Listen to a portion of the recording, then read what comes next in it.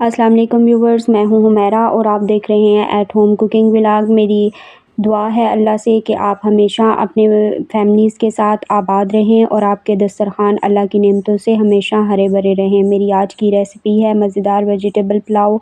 अब आपके घर में बची हुई सब्ज़ियाँ ख़राब नहीं होंगी। आप इनको मेरे तरीके से बनाकर अपनी फैमिलीज़ को खिलाएँ, उनको बहुत मज़ा आएगा और वो आपकी बहुत ज़्यादा तारीफ़ होगी।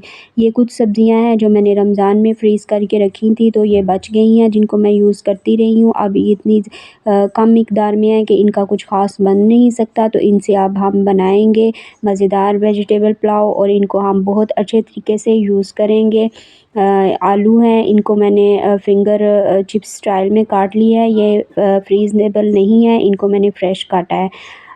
गोभी है, फूल गोभी है, शिमला मिर्च है, बैंगन है और पालक है।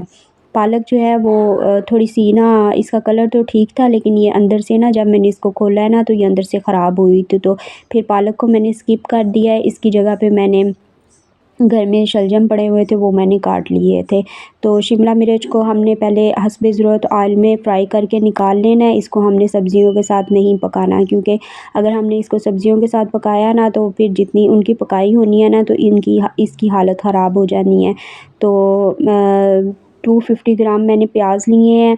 इनको मैंने हल्का सा गोल्डन करना है, ज़्यादा इनको ब्राउन नहीं करना है। अगर ज़्यादा ब्राउन किया ना, तो फिर पुलाव का कलर बहुत ज़्यादा डार्क हो जाएगा। 2 टेबलस्पून इसमें जाएगा अदरक लहसुन का पेस्ट और फिर इसको थोड़ा सा हम फ्राई करेंगे ताकि इसकी स्मेल ख़त्म हो जाए। उसके बाद हम इसमें ऐड करेंगे टमाटर और टमाटर को भी हम थोड़ा सा फ्राई करेंगे। उसके बाद इसमें हम थोड़ा सा पानी ऐड करेंगे। पानी ऐड करने के बाद इसमें हम बाकी मसाला जात ऐड करेंगे। हमेशा आपने पानी ऐड करने के बाद मसाले डालने हैं। अगर आप पहले मसाले डाल देंगे ना, तो फिर मसाले जलना शुरू हो जाएंगे और वो उनकी स्मेल जो है ना, वो फिर पूरे घर में फैल जाती है, फिर छींकें आने शुरू हो जाती हैं सबको। तो इसमें मैंने 3 टीस्पून मैंने इसमें नमक ऐड किया है। 2 टीस्पून इसमें कुटी हुई लाल मिर्च ऐड की है। 1 टीस्पून सूखा धनिया, 1 टीस्पून सूखी कसूरी मेथी और 1 टीस्पून इसमें मैंने गरम मसाला ऐड किया है। नमक जो है वो मैंने अभी कम ऐड किया है, क्योंकि मैंने इसमें चिकन क्यूब्स ऐड करने हैं, तो उसमें ऑलरेडी नमक होता है। जब आप इसमें चावल ऐड करेंगे ना, तो उस वक़्त आपने इसका नमक चेक कर लेना है। अगर आपको कम लगे तो फिर आपने इसमें बाद में अपने हिसाब से नमक और ऐड कर देना है जितना कम है। तो क्यूब्स डाल के हम इसको थोड़ी देर के लिए फ्राई करेंगे और फिर बाद में हम इसमें सब्ज़ियां ऐड कर देंगे। सबसे पहले इसमें जाएंगे आलू, क्योंकि आलू थोड़ा टाइम लेंगे गलने में। तो इसको आलू डाल के तो थोड़ी देर के लिए इसको फ्राई करना है। उसके बाद इसमें जाएगी फूल गोभी और उसके बाद जाएगा इसमें बैंगन और फिर हम इसको भूनने के बाद हम इसमें पानी डालेंगे। इतना पानी डालेंगे कि जितने ये 70% गल जाएँ, क्योंकि सब्ज़ियों को हमने फुल नहीं गलाना है, इनको सिर्फ़ 70% तक गलाना है। ये शलजम है, इनको भी डालकर थोड़ी देर के लिए पकाएँगे। शलजम भी जल्दी गल जाते हैं, बैंगन और गोभी भी जल्दी गल जाती है। तो इनको 70% तक इसलिए पकाएंगे क्योंकि बाद में इन्होंने चावल के साथ भी पकना है। अगर हम पहले ही इसको फुल पका लेंगे ना, तो फिर बाद में तो इनकी हालत ही नहीं रहनी, ये घुल जाएंगी सब्ज़ियाँ। तो इसलिए अभी आप इनको कम गलाएंगे ताकि एंड तक इनकी हालत जो है ना, वो ठीक रहे, ये खड़ी खड़ी रहें।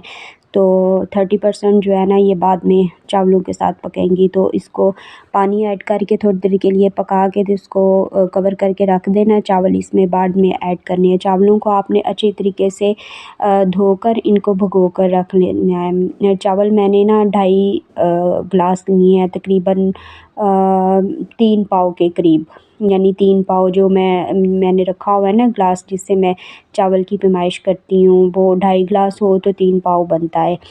तो चावल 3 पाव मैंने लिए हैं। इनको अच्छे तरीके से आपने धो लेना है। इतना चावलों को धोना है कि इनका पानी वाइट हो जाए। जब तक चावल साफ़ ना हो ना पानी, तब तक आपने इसको धोते रहना, वरना चावलों के अंदर से ना, जब पकने के बाद भी स्मेल आती है, वो अच्छी नहीं लगती है।